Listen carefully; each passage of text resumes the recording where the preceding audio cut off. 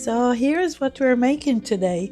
It's a portrait photo transfer over a collage on wood using just a few simple supplies. Hello, thank you so much for being here. So let's get started. Let's see how this process works. Let's do it. And let's begin with the surface.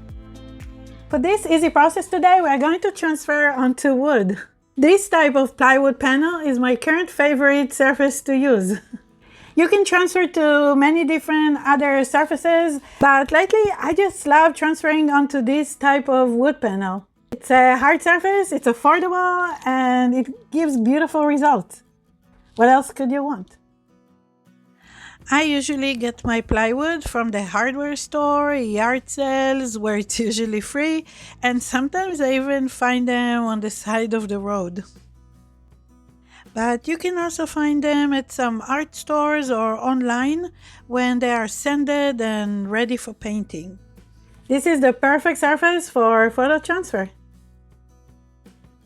In order to prepare the wood, we're going to give it a quick coat of gesso. You can skip this step, but I find it helps the color pop and also protects both the wood and the artwork.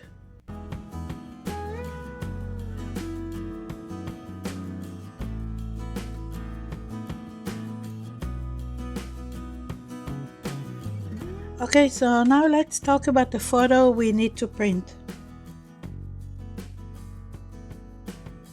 The photo we're going to transfer today needs to be clear and have good contrast.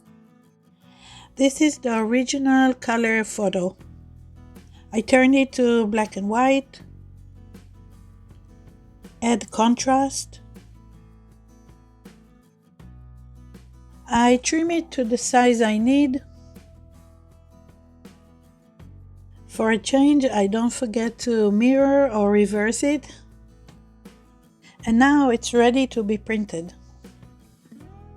I'm going to use a laser print, but you can use an inkjet. Inkjet or laser, they both work just fine for our process today. By the way, we're printing on standard printer paper.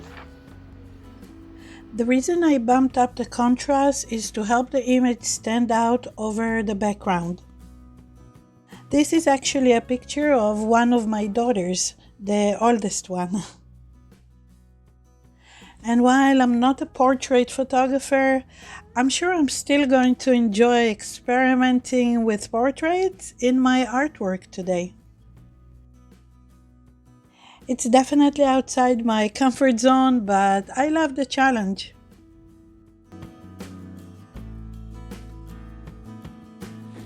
To create a beautiful background for our portrait, I'm going to use a mix of vintage style papers and some bold colors to create the collage over the surface, over the wood. I like combining old book pages with some painted papers. It creates a contrast and some depth behind the image. Okay, so now let's start making the collage, which is of course the background for our portrait. So let's do it. Let's start now.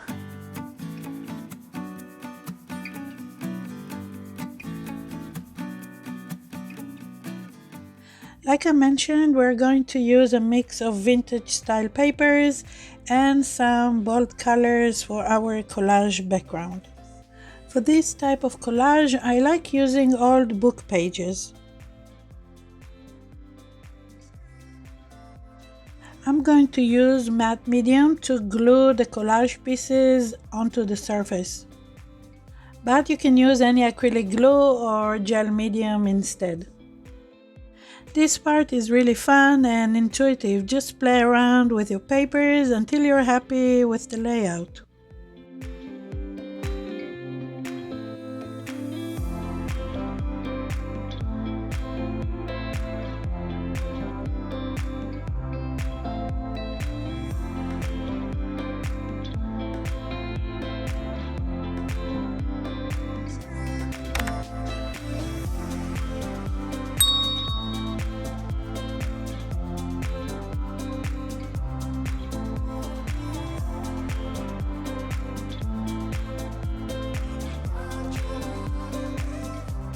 Okay, so now that our background is done, we're ready to transfer our photo.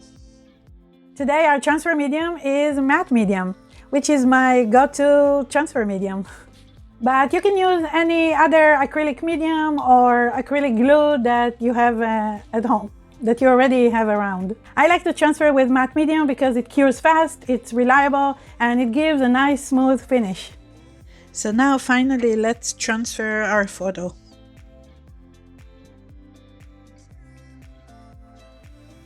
In order to transfer our photo, we're going to brush a generous layer of the matte medium onto the wood over the collage.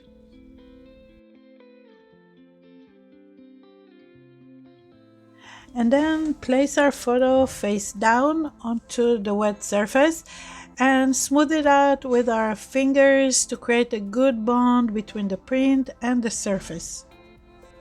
I also like to use the handle of my scissors to get rid of any possible air bubbles. And if you love this process, you're going to love my book, the new mixed media photography book. It's available on Amazon, so make sure you check it out soon. And if you prefer the digital PDF version, check out the ebook. It's available on my website, nitsacreativestudio.com. Thank you.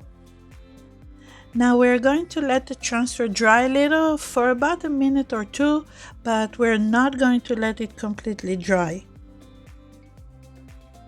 Next, we're going to use a craft knife to help us start rolling and peeling off the top layer of the paper, being careful to not remove the image.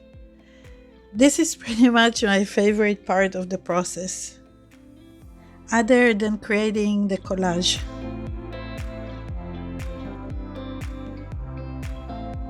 Now we're going to let the transfer completely dry for a few hours or even overnight.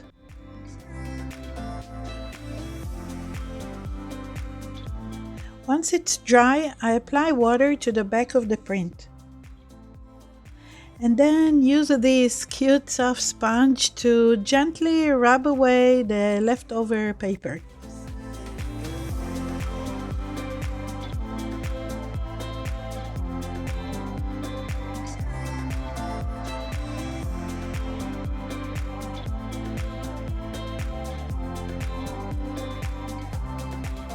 I let it dry, then wet it again and continue removing the paper until most of the paper is gone.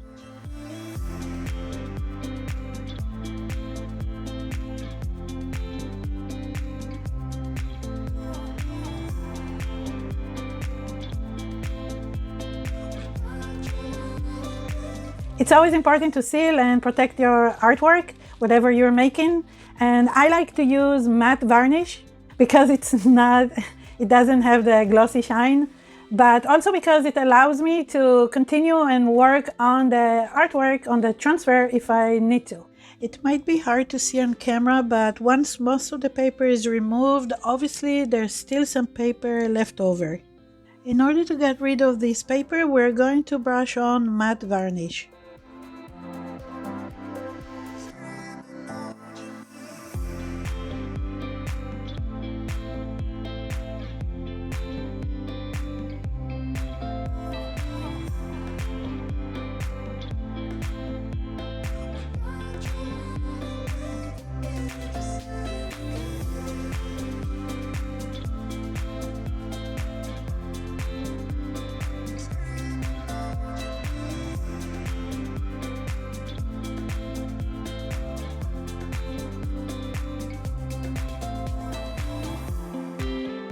So here it is, our finished portrait photo transfer on wood. It's such a fun and satisfying process to do, and quite unique too.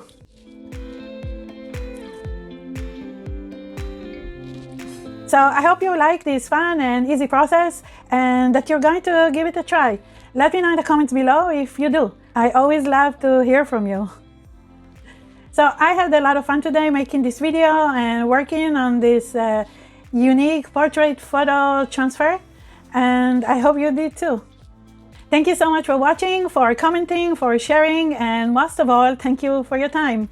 And I'll see you in the next video. Bye! All right, you said it. And usually I'm not crazy. The shiny glare that you get from the from the gloss varnish. That was a tough one to say. Is my current favorite